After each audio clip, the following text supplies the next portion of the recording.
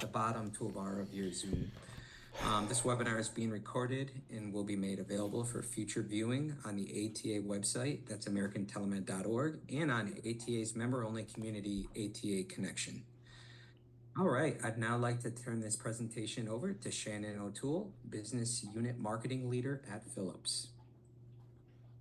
Hi everyone, thanks for joining today. Today we're going to talk about a really important topic driven by two of the key trailblazers when it comes to embracing TeleICU and the impact it can have on problems that we're facing in healthcare, such as staff shortout and nursing burnout.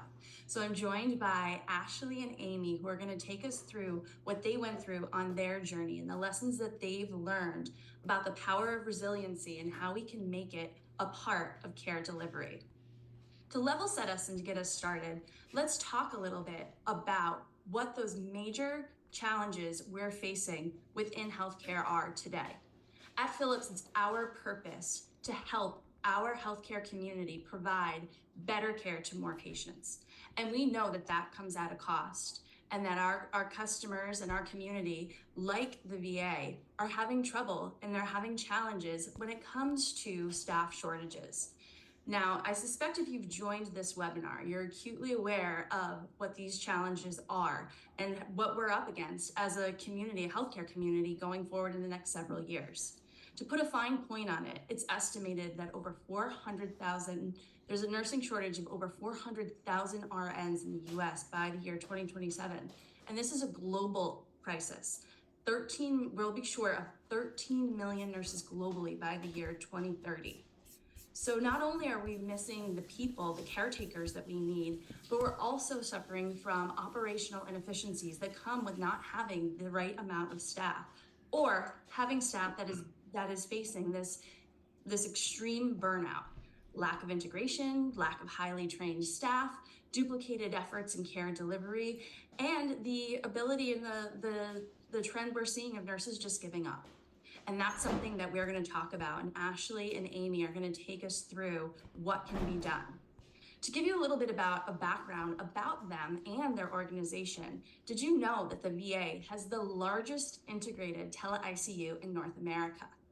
This is a program that is using technology, it's using innovation to help combat this profound challenge. With over 23 years of experience in the telecritical care program, which was established back in 2011, there's a lot that we can all stand to learn from their experiences.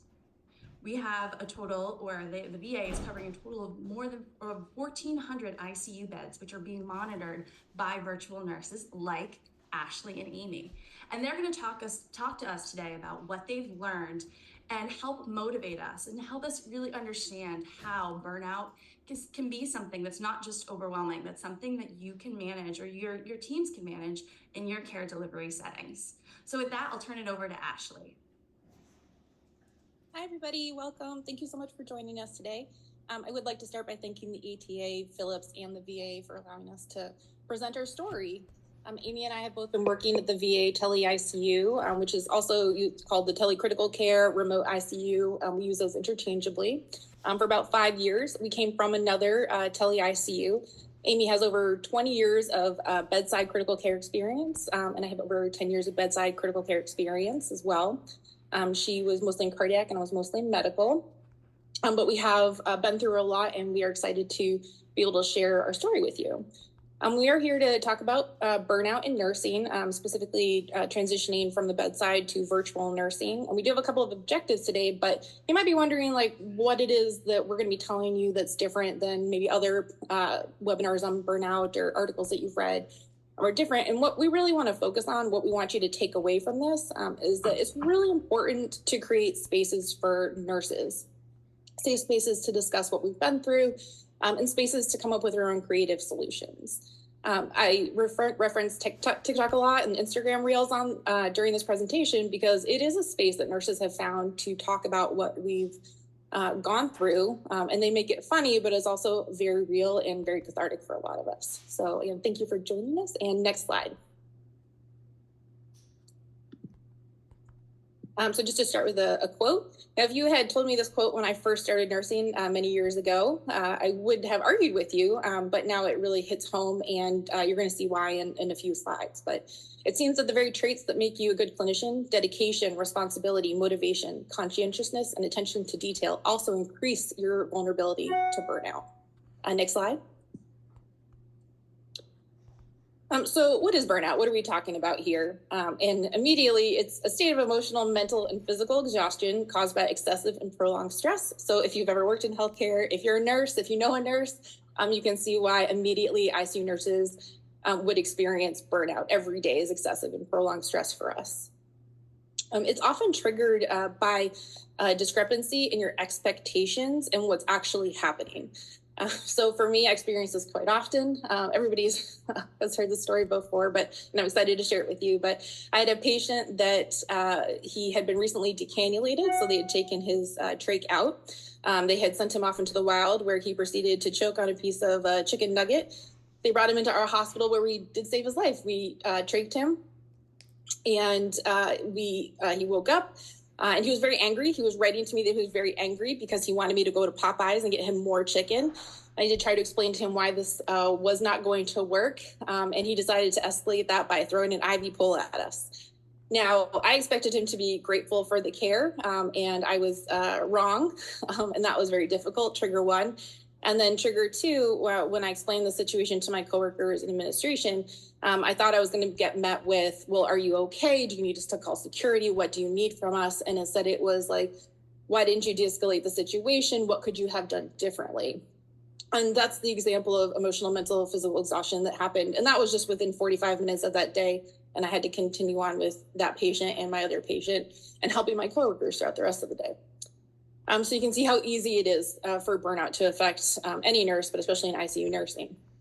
Burnout syndrome, I thought this was really interesting. I hadn't really heard a lot about this. This is specifically work-related and is characterized by emotional exhaustion, which you might have heard otherwise known as compassion fatigue, depersonalization, and a reduced sense of personal accomplishment. Depersonalization was something that I wasn't familiar with, and the description that I found comes from the American Thoracic Society. Depersonalization is an indifferent attitude towards work and manifests as a negative, impersonal, or cynical behaviors. This really hit home for me. I don't know if it's bringing to mind anything for you, but for me, depersonalization is something that I think is rampant in the nursing community, and I identify it as nurses eat their young. I recently had a young woman that I work with. Because I'm a nurse, I don't work just one job, I work multiple jobs. And she had been saying, I think I'm going to go to nursing school. And I was like, I don't think you should do that. And as Shannon referred to, there's a nursing shortage. We need good people out in the field, but I tend to lean towards maybe not. And a few weeks later, she said, hey, I applied to nursing school. I got in. I don't want you to be mad at me. And I was like, I'm not mad at you, like not even a little bit. You're going to be an amazing nurse. You're going to do great things. My worry is that you're going to go through the same things that I went through, and I don't want that for you. And that's where this journey for us that we're taking on with us is really important, because I've been allowed spaces to learn how to deal with burnout, and I want to pass that along to other people so that they can be more successful and not experience what I did. When I was a new nurse, I had thought I'd done the right thing. I'd externed in an ICU. I knew the people. I knew what was expected of me. I did not have my regular preceptor one day. I had another woman. And everything I did, it wasn't good enough. It wasn't fast enough. It wasn't right. And she made me feel like I wasn't good enough. And I remember just getting into the car, sobbing, going home, thinking my nursing career was over. And that was it. And then I had to continue to work with her. And I was fearful of her. It made me very withdrawn from other people in there, not wanting to ask for help, being worried I'd be criticized. And it really affected, my ability to work there and how I felt as a nurse. So it's really easy to see that was, the first 6 months of my nursing career, and it really stayed with me for a while. So this depersonalization and the burnout syndrome, I think, is really important to identify. Next slide. So not only do the characteristics that make us good nurses make us more vulnerable to burnout, but as true caretakers, we hold deep-seated beliefs that we need to put everybody else's needs ahead of our own. So we don't even take care of ourselves. And as I said, I like to reference TikTok in this and Instagram because that's a very interesting space for nurses. And if you've seen some of the videos, there's one in particular that multiple nurses did where, they got a little cup of medications. They said, off to give my antidepressants to my patient when I can't even take my own. But I think the one that really encapsulates this the best is that the nurses would have like 18 bags, their Stanley cup, the hair is askew, they're all haggard. They throw everything into the car and they're saying, off to take care of people when I can't even take care of myself. And again, we laugh, but like, this is a space, where we can actually say those things out loud and talk about them and start conversation, which makes it really important because it's true. Next slide. So this is kind of a long slide, and I apologize. I'm going to read off of it a little bit. It's because I think it's so important.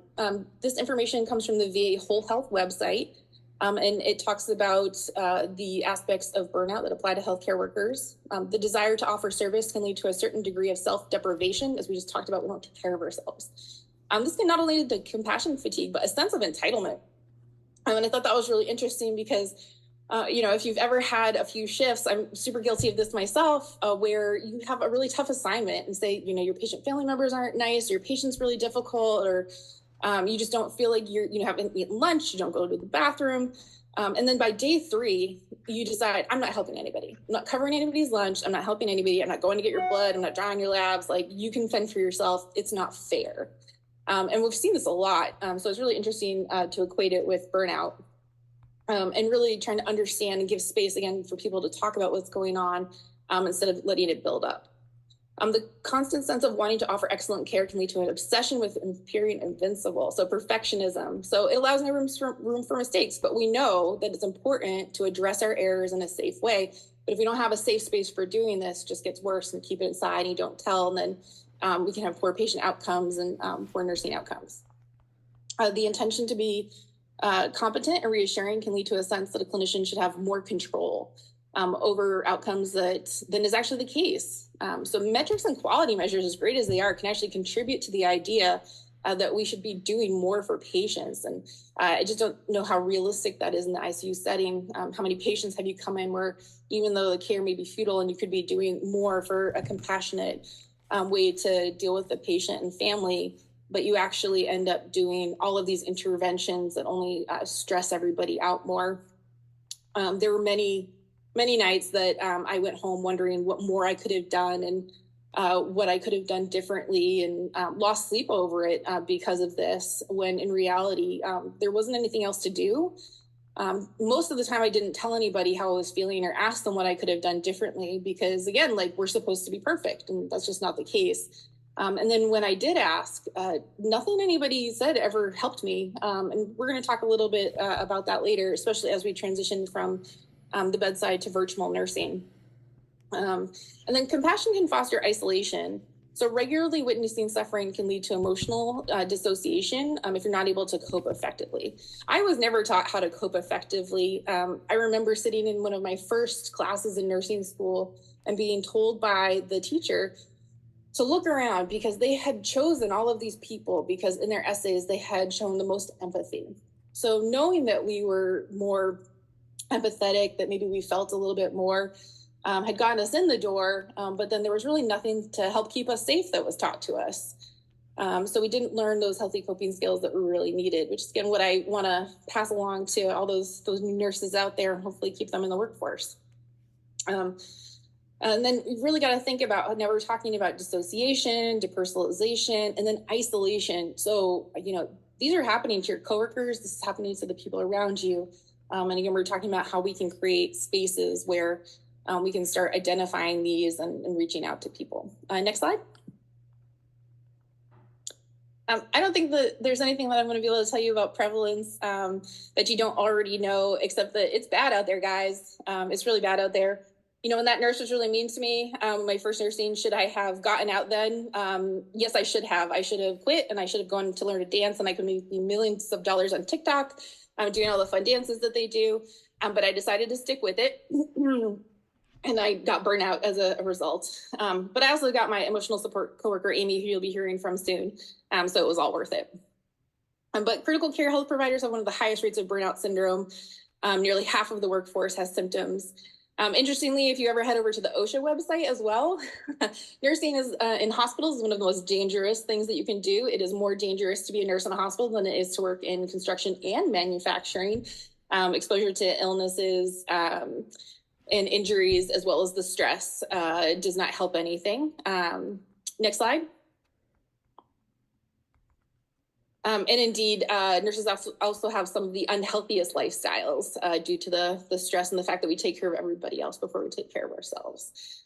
This slide actually shows us, just very briefly, there's a lot of data out there. There's a lot of different data on different kinds of nursing and healthcare providers. But pre-COVID and during COVID, so the third year of COVID, the important thing to note is that the rate of burnout symptoms actually really isn't that different. So, and anecdotally, I can tell you, coming from Amy and I, who were working long before COVID, it's not any different. It was just that it was more prevalent in the news. So we got all those nurses coming on TikTok. We were in the news all the time. People were talking about it. All of a sudden, it was an issue that people needed to address. But we've been experiencing this in many different ways for a very long time. So I'm glad that they've brought more to it with COVID. But at the same time, we have to really understand that these nurses who've been working for a long time, who've been experiencing burnout for a long time. Next slide.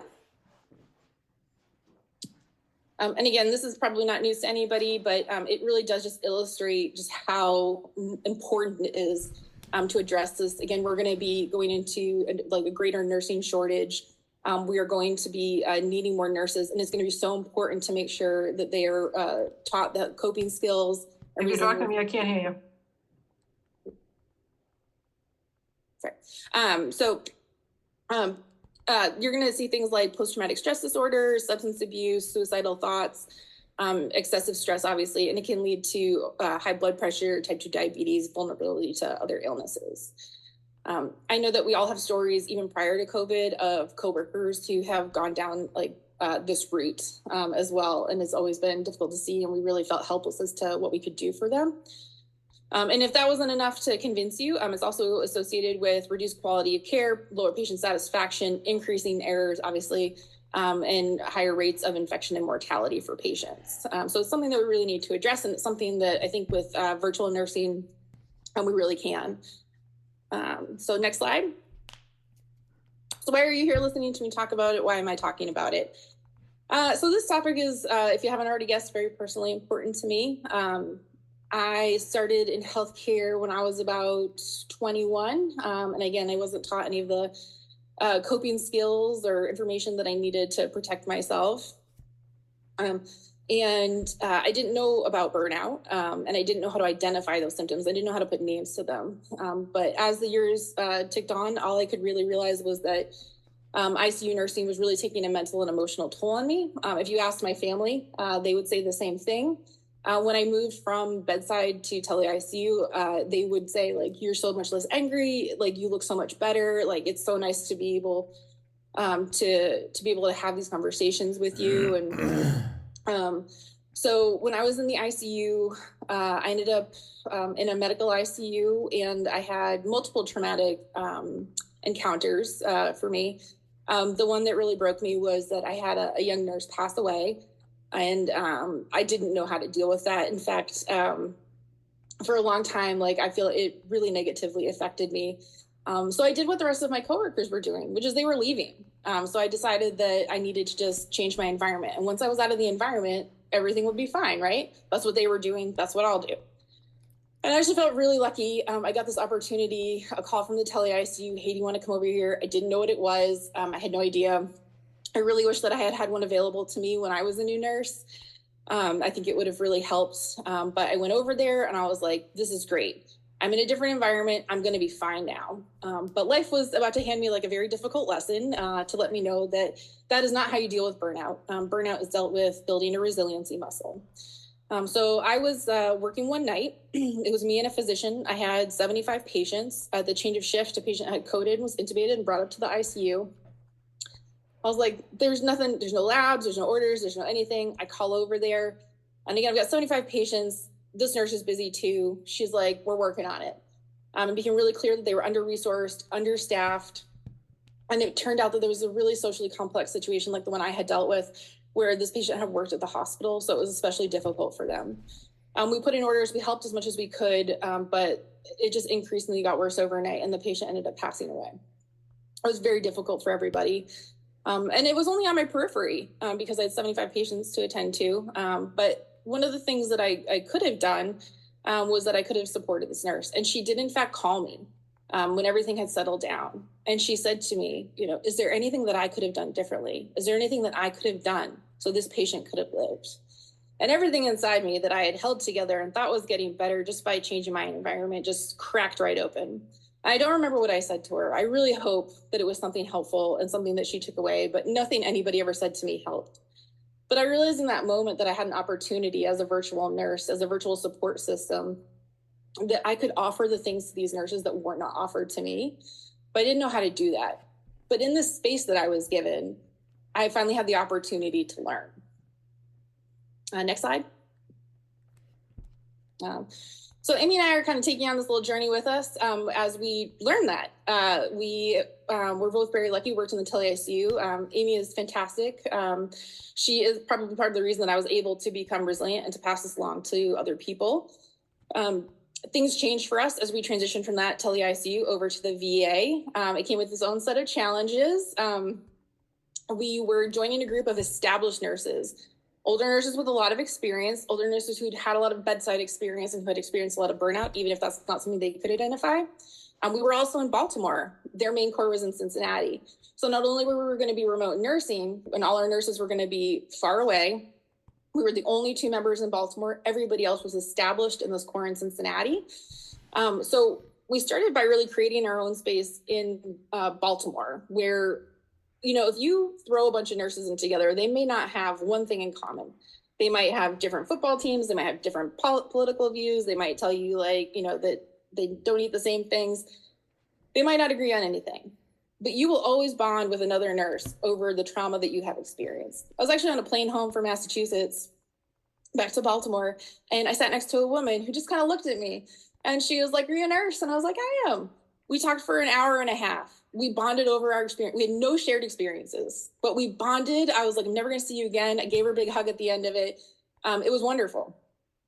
So you're always going to bond about that. So Amy and I started bonding. We created our own space in Baltimore. And then, you know, as of the role of a virtual nurse, it is complicated in itself. You have to be really good at communication, active listening. You are on the periphery, but you have to be able to jump in and own that patient immediately. It's very difficult to do. But as we started bonding with the nurses at the sites and we started bonding with each other and creating these spaces, we realized that we could do that with our coworkers in the TeleICU in Cincinnati. I do want to just say here, like, this is nothing that happens overnight. Amy and I sort of started out and like we're finding our feet and figuring this out and starting to name things, you know, about like the trauma that we had experienced, the difficulties that we were having, and identifying ways of our own that we didn't realize at the time was building resiliency. And I have to say, it was one of my favorite stories with Amy. I was griping about something with one of the sites, and you know, it wasn't helpful to anybody. It wasn't helpful for me. It wasn't helpful for the sites, but I'm just griping about it. And she goes, "I support your anger." And it was one of the most powerful things somebody had ever said to me. And it just made me stop. Like, it made my brain like click. And all of a sudden I was kind of smiling and I was thinking about something I needed to send her because it was funny. And I was like, I was validated. I was acknowledged. I wasn't a burden with my feelings. And my brain could then think. My brain could then come up with a solution that I could offer to the bedside so that we could help better take care of this patient. So being able to build these safe spaces and start building resiliency, like, you don't really think of it all the time, but it is so important. So I just love her so much. I can't wait for you to meet her. So we started to do this. Next slide. So we started to do this by joining our unit practice council. We needed to find space, again, like, so we could bond over something there. And again, it did not happen overnight by any means. This was over a period of time where, you know, you're just sort of there. And I do wonder if people ask sort of like, well, why is the onus on you to build relationships and build trust and, you know, address this with them? And, you know, at the end of the day, it's really about the fact that like virtual nursing is such a wonderful opportunity. I can't even tell you like how great it is to be able to reach out to nurses like from San Juan to Togus, Maine, and to learn about them, to help support them, and to like, all these wonderful veterans that we get to take care of. It was really worth putting the effort forward for us. And, if it came from the top, I don't think it's as meaningful as when it comes from the staff. And again, that's about giving staff the space to do this. So we joined our unit practice council, and it became clear that we actually, even though we might have felt like, they weren't as open to us, that we were all having the same issues. And given the space where it was just the staff to talk about it, we again started bonding over our shared issues, starting to name names as to what was going on and validate each other, acknowledge the issues. And when you're in a space like that, all of a sudden you might start coming up with creative solutions to it. And then from the managerial perspective, it was really about saying yes to us. So it was like, we've got this space, we've got these solutions. And as long as they say yes to us, we can move forward with it. So building resilience, providing education, accepting the things we can't change, modeling the proper behaviors, and really choosing our intentions as to how we want to be. Again, because this is such a wonderful opportunity, we want to make the most of it. And part of that is creating a space where healthy nurses have better patient outcomes. And with that, I am going to let you learn more about resiliency and the things that we put in place by my lovely coworker, Amy Manatis. Hi, everybody. I'm Amy, and I just want to start my portion of the presentation by saying everybody needs an Ashley Kilgore in their life. If you are lucky enough to have a coworker that has your back, you are the luckiest person in the world. And so I just wanted to start out by saying that. So let me get to the whole resiliency portion of this presentation. So let's talk a little bit about resiliency. Resiliency is the capacity to withstand or to recover quickly from difficulties. It's the ability to positively adapt to stressors and adversity. Resiliency is like a muscle. It is a strength that you build over time. So as Ashley mentioned, none of this came overnight. We were sort of, for lack of a better phrase, we were sort of thrown into our own little area there in Baltimore with an established team of nurses in Cincinnati. We didn't know where the bathrooms were. We didn't know where, how we were supposed to be parking. We didn't know where the cafeteria was. So we did buy a disco ball, though. That did make it better. Yeah, we did buy a disco ball. That's right.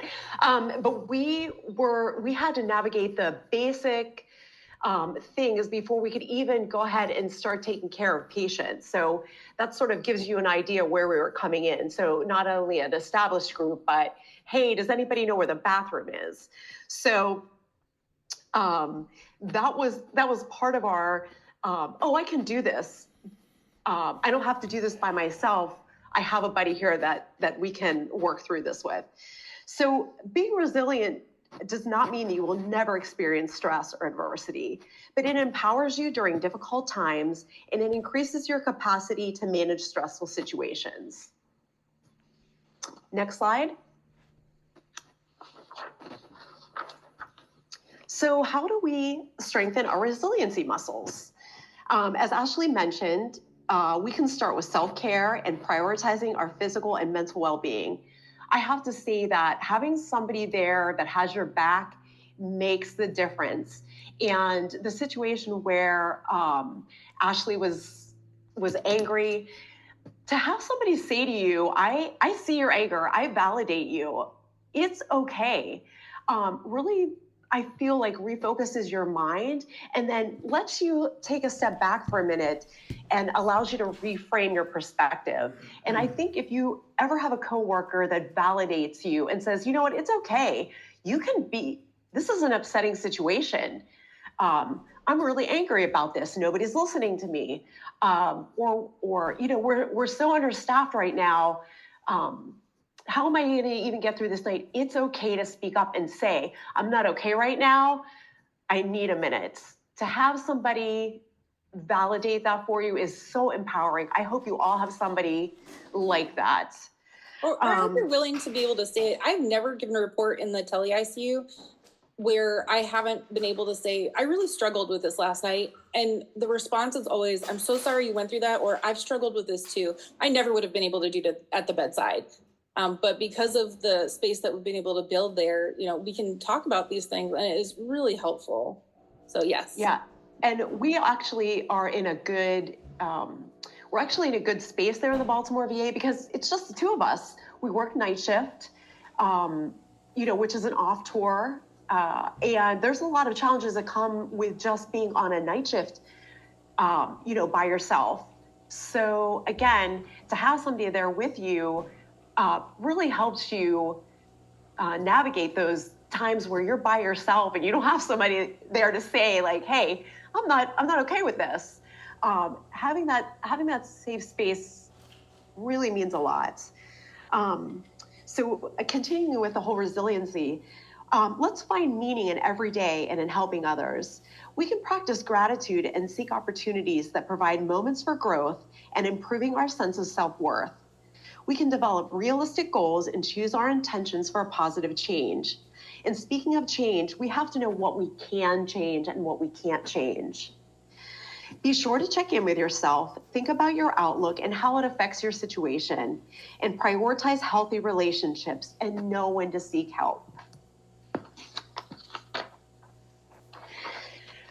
So on this slide, we're going to discuss the AACN Healthy Work Environment. And as part of our UPC committee, we looked into the AACN Healthy Work Environment guidelines to lead our group's intention in implementing the TeleICU long distance high five.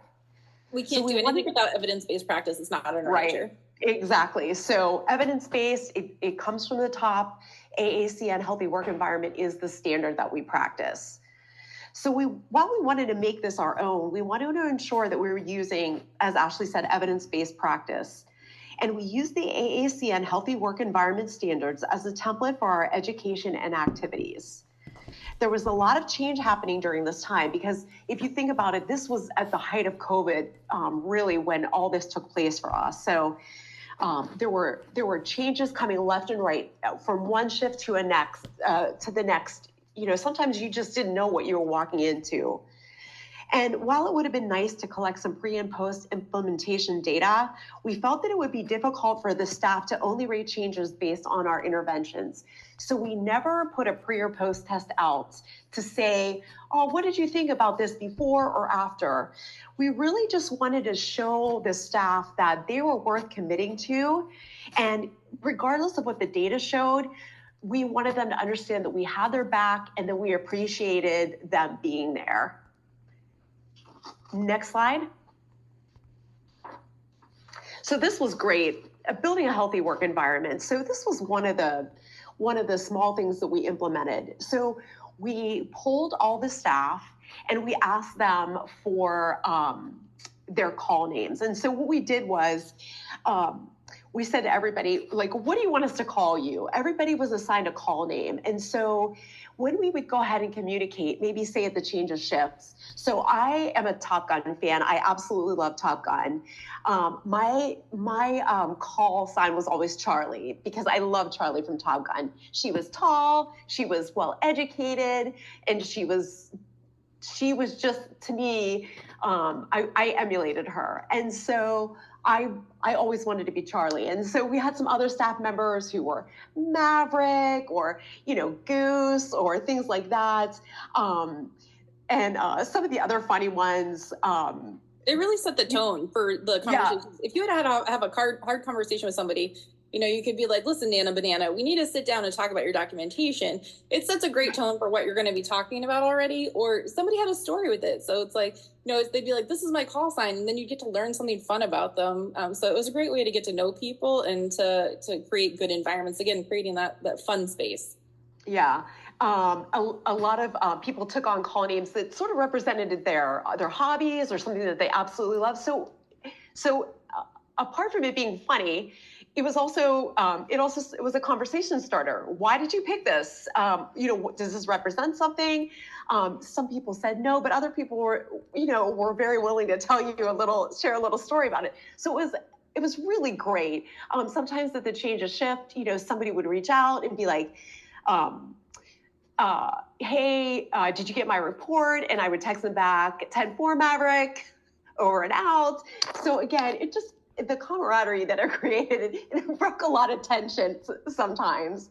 But again, each staff member got to pick out a nickname and a corresponding picture, and then we posted that on OneNote. That's the platform the VA uses. So on OneNote, and then we put a big poster in the main hub.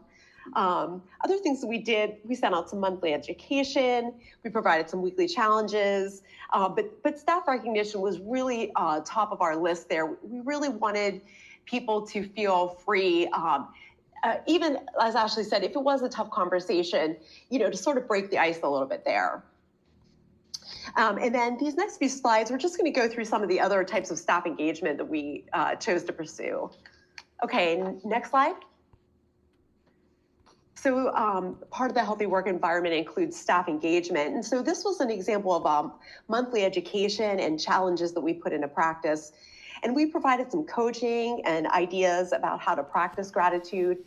And again, we did this on little to no budget because basically, our management said, do what you can do. And a lot of times, there's no money involved. So come up with some really creative ideas. So one of the things that we also did around Thanksgiving was we created a gratitude tree in the Cincinnati core. And one of our lovely, lovely unit coordinators, she went ahead and she built a tree for us. And then each nurse from each hub sent in a gratitude leave. And those included at the time Atlanta, Baltimore, and Cincinnati. And so everybody could give a little shout out to, hey, I'm so happy I have you to work with. I'm so grateful for my job. I love my family so much. I'm so grateful for these physicians that help us. So it was really nice. It brought everybody together, and we could recognize each other in our work without being physically present. Yeah, and we've had nurses from other TeleICUs reach out to us for ideas on this. And like I said, given the space to actually do it, like we have worked with some really creative people and they've come up with really creative solutions and ideas. So just being allowed to say, go ahead and do what you want. We've really developed some really fun stuff. And you have no idea like the talents that other people have, and it's fun to learn about. Okay, next slide. So another pillar on the AAC and healthy work environment was staff engagement, and that was our big motivation. With the demands of life and work, it's easy to let resiliency go by the wayside. This was an example of weekly challenges that we put out to the staff. So we'd post it on Teams for them to see maybe at the change of shift, just to sort of set the tone for the rest of the night or the rest of the day shift. They were small, efficient, effective, and easily available. So again, we didn't have a budget for any of this. We went and looked at AACN website, or we went and looked at other nursing websites to say, how can we encourage other people? How can we allow them to self-reflect and set the tone to carry them for the next 12 hours? These were used to help our staff reframe their mindset, choose their intentions, and remember why they were there. So the example that we show on the right there was a role model challenge. Who's inspired you? What about them did you admire?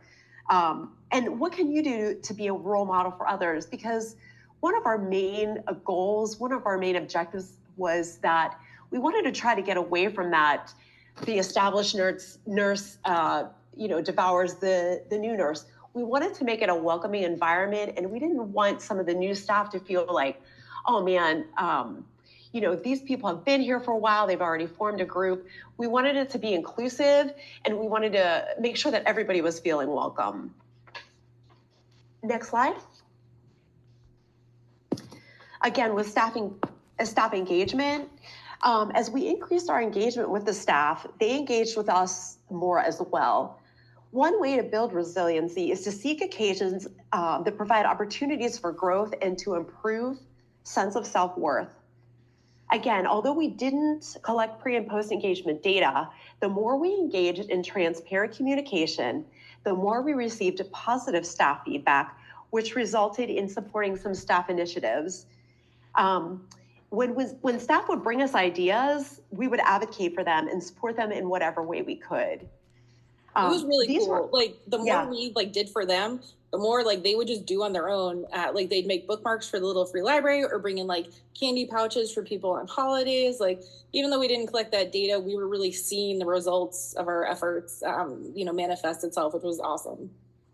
Yeah. So a couple of the little projects that we put into practice was we were lacking a sort of critical care education at the time, obviously because we're all in sub-hubs, but also we just felt like we should put a library together that has resources. So if you have some books that you want to bring in, if you want to bring in AACN journals or advanced critical care journals, because we do work with some NPs, please share that information. It's really important that we continue our education. You should never become stagnant in what you're doing. You should always be looking for more opportunities to learn about patients and better care and best practice. One of our other nurses, she went ahead and did a lactic acid project, which she also presented at the NTI. We were going to put together some chart audits so that it wasn't meant to be punitive. It was meant to be like, hey, we need to capture this Apache data. This is what we need. This is what we need to collect in the future. Can you please be mindful of, entering X, Y, and Z that we need, just so that we can be as productive as we can possibly be. We also implemented a Spanish club. Recently, we brought on San Juan as one of our sites, and it's been interesting and challenging because most of us do not speak Spanish. We have a few nurses in the Cincinnati Corps that speak Spanish. And so one of our initiatives was to start a Spanish club and sort of immerse people in some conversational Spanish, medical Spanish, basically. But in order to improve our communication skills with the bedside nurses, whether it be the critical care physicians there at the bedside, the respiratory therapists, the unit clerks, when they answer their phone, a lot of times they answer in Spanish. And so that's been a hurdle that we've needed to get over. But so that was one of our outcomes that we made by saying to people like, hey, what do you want to see? What do you think would be interesting and what would help you? Next slide.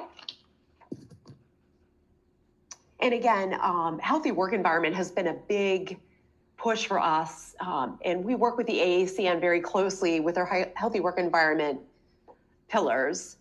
So again, this was some monthly education. And I want to stress that none of this was mandatory. This was always an as needed or PRN, if you will, opportunity for people to come together and build a friendship out of it. But again, if you felt like that wasn't for you, it was not mandatory, but we really encourage people to get together and be able to share and talk and laugh. And really, we use this to build a camaraderie because we were all, 300, 400 miles away from each other. Next slide.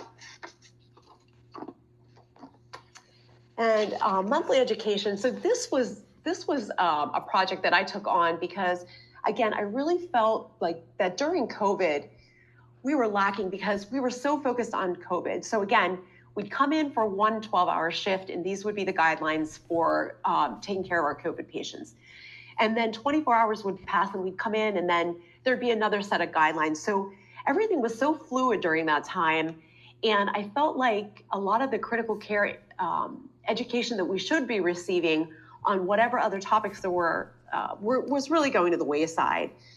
So again, outside of our ever-evolving COVID instruction, critical care education had temporarily fallen to the wayside. And part of the AACN healthy work environment includes skilled communication.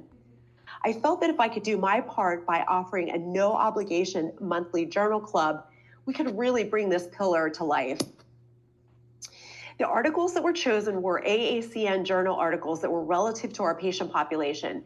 So again, we don't focus on peds or anything like that. We focus solely on the veteran population.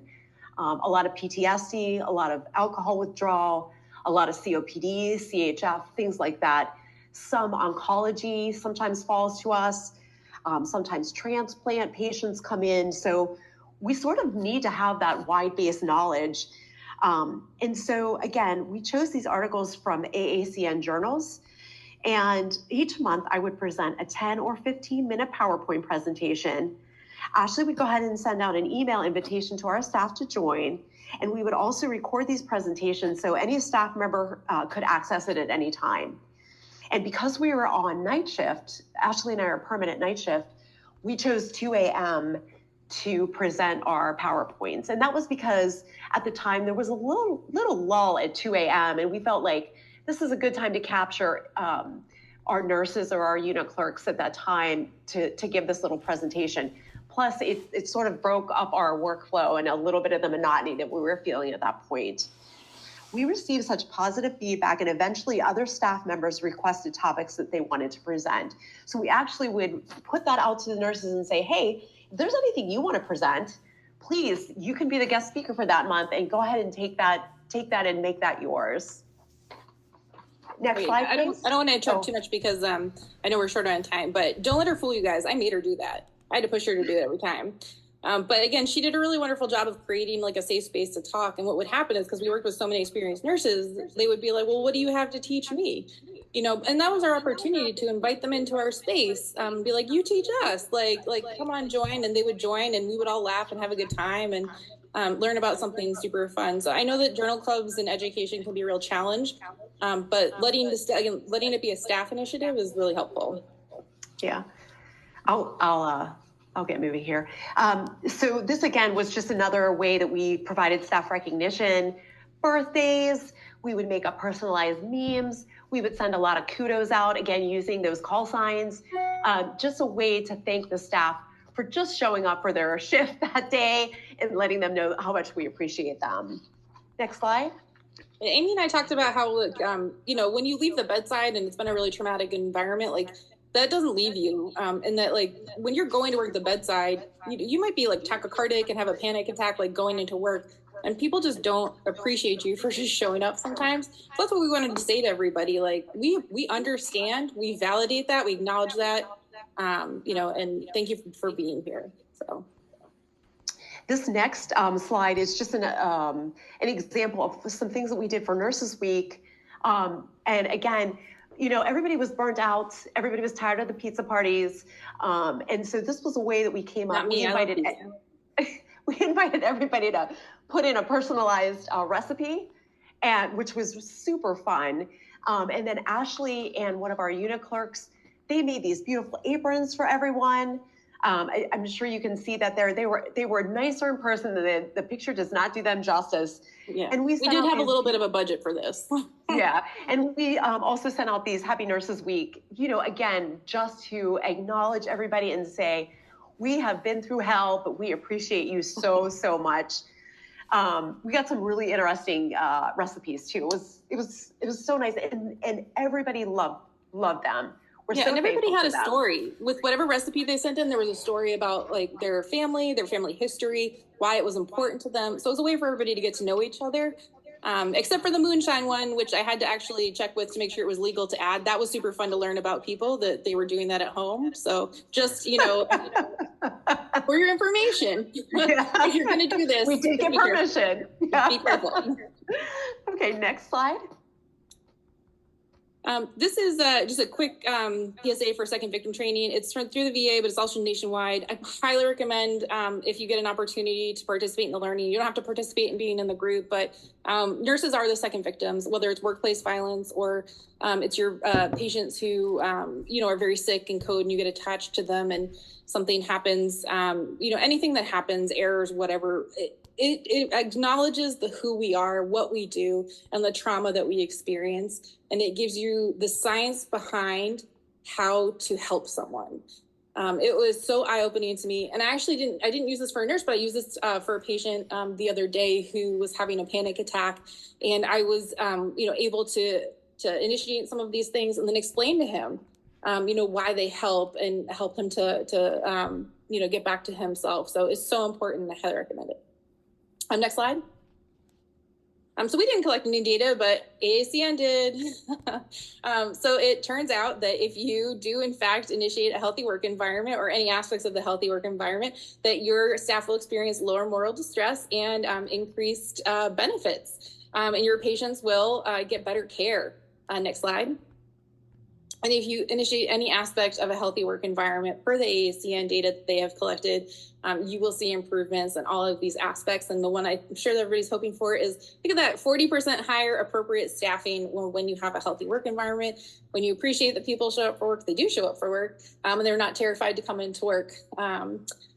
So it really helps. And I do just want to say quick about the authentic leadership. Again, giving nurses the space to do it. They have so many different talents and they're so creative and they've been through so much. And when you give them the space to be the leaders on the unit, I think you'll be really amazed at what they can do. And again, this doesn't happen overnight. It happens over time. But with that space, really wonderful things can happen. Next slide. Just to sum up, thank you again so much for being here. Thank you, ATA Phillips and the VA. Burnout can affect nurses no matter what they're doing, as virtual nurses as well, but it's still a wonderful opportunity. It's important to understand the factors that contribute to them on their unit, give them a name, tell staff to look out for them, teach them how to be resilient and to continue flexing that muscle. Use AACN as evidence-based. It's really helpful. Give space to your staff and make sure that if your staff are far away, you're giving them a long distance high five. It really does help. So thank you so much. I will turn it over to Shannon. Ashley, thank you so much. Amy, thank you so much for your time today. This is such an important conversation. And as we're going through the presentation to see the emojis and the interaction coming from this community, it's evident that you're speaking to a profound problem that we're facing, but with a real solution and a real way to build up that resiliency. So these are just two examples of our community within the virtual care environment, If you want to learn more, you're interested in joining us, please fill out this questionnaire and we will follow up with information for you. I'm going to turn it over to you. Maybe Ashley, you could say a final thank you because I'm absolutely. Yes, we actually did. I need the nurses. We're here. Yeah. We joined Phillips for an in-person peer-to-peer virtual care focus forum. It was absolutely fantastic. We thank them so much for that. We highly recommend that everybody participate. And I think we have, do we have, I guess, is time for question and answer or? Give me an answer on that. Sure. I'm back now. Oh, these are some good questions. Okay. This is an awesome one. Do you have a recommendation for a TikTok nurse influencer who is positive and a good reflection on our profession? Positive? Yeah, Ashley, I'm going to give that to you. That is a wonderful question. So I don't know if I've come across anybody, but I think that means that there is an opening. There is a need for that, and that's what I would do. I would recommend that you take some dance classes because I think that helps. But I think that's something that's going to be really interesting to see. Is that if we can actually turn this around. I can't even tell you how hopeful I am for the younger generations, and which is why it's so important now to address this with nurses who have been in the field for so long. Because we influence them every day. Like I said, I told that young nurse who's going to nursing school, I said, call me if anybody's being mean to you, call me, whatever, any time of day, anything that I'm doing, and I'll talk to them or talk to me. And I think that, the more of a positive influence that we can put out there, maybe we will start seeing people who aren't just capitalizing on the burnout in there will start capitalizing on the resiliency. But yeah, definitely a need for it. So go monetize that, girl. Get it. And then the others weren't really questions, but just expressions of, this is true. This is happening. It's sad. It's overwhelming to be in the ICU. It makes it hard, but there are people there who can help. Or, another comment, such a meaningful presentation, proactive, motivating, and inspiring. Acknowledging that you're making a meaningful and positive difference. So thank you. So I think that's a lovely way to kind of wrap up our time together. Thank you. Thank you for taking this on. Thank you for seeing that we're facing this huge challenge in our healthcare community and not just giving up. You know, I'm glad that you didn't just give up and walk away, because this is it. This is our way through. We need powerful nursing leaders who are going to help us reach, you know, the future of what is care delivery. So thank you everyone for your time today. Thank you for joining us. Thank you for the ATA. And most importantly, thank you for the VA, for Ashley and Amy for sharing your expertise. I'm wishing you a great rest of your day, and thank you and be well. Thank you. Thank you so much. Thank you for having us.